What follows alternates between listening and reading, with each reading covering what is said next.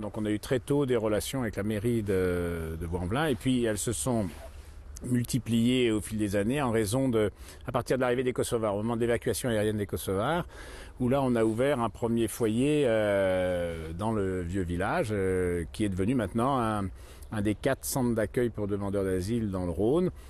Ce qui occasionne des relations de travail permanentes avec les différents services, associations, mairies de Vaux-en-Velin. Voilà.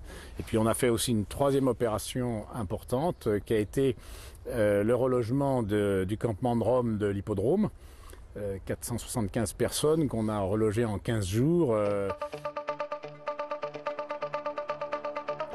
Je dirais que on a une relation avec la mairie, et je dirais même son maire, qui est depuis longtemps fixée sur une idée simple, c'est que les réfugiés qu'ils existent depuis toujours, depuis la nuit des temps, malheureusement ils existeront longtemps, et qu'on doit leur faire une place. Les réfugiés ne sont pas des pauvres, forcément, ce sont des gens qui viennent de tous les milieux sociaux, ce sont des victimes des guerres et des persécutions. Il faut prévoir quelque chose pour eux, et au fond, alors que dans beaucoup de municipalités, les élus étaient plutôt des obstacles, rendaient les choses difficiles, à Vaud, on a eu l'écoute de la mairie et même la représentation de la mairie dans le conseil d'administration de Forum Réfugiés qui nous a permis d'entrer, enfin, au fond, d'avoir un dialogue plutôt qu'un obstacle.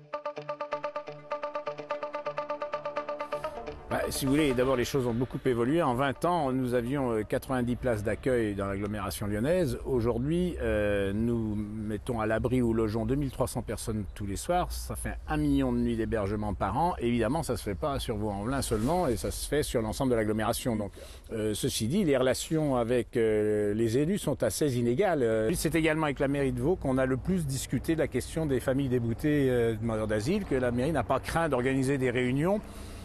Au fond, c'est quand même une attitude qui consiste à ne pas fuir les problèmes. Puis, j'allais dire, il y a un suivi quand même assez précis du conseil d'administration de Forum par les instances de la mairie et par le maire.